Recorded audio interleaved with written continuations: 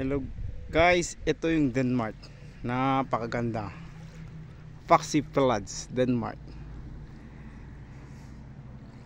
Napakaganda, napakatahimik, napakalinis na tubig, white sand. Kami lang yatang Asian ngayon dito guys. Sa pamumuhay dito, marangya ang pamumuhay dito sa Denmark, hindi kaya sa Pilipinas. Medyo krongs ang pera nila, about 1 euro 7 krongs, pero okay naman bilihin dito guys. Kami pala yung mga Pilipino seamen na dito lagi sa Denmark. Hindi gaya ng running vessel, hindi ka masyado makagala dito sa mga coaster type or tinatawag nating parang inter-island lang sa isang Baltic Sea.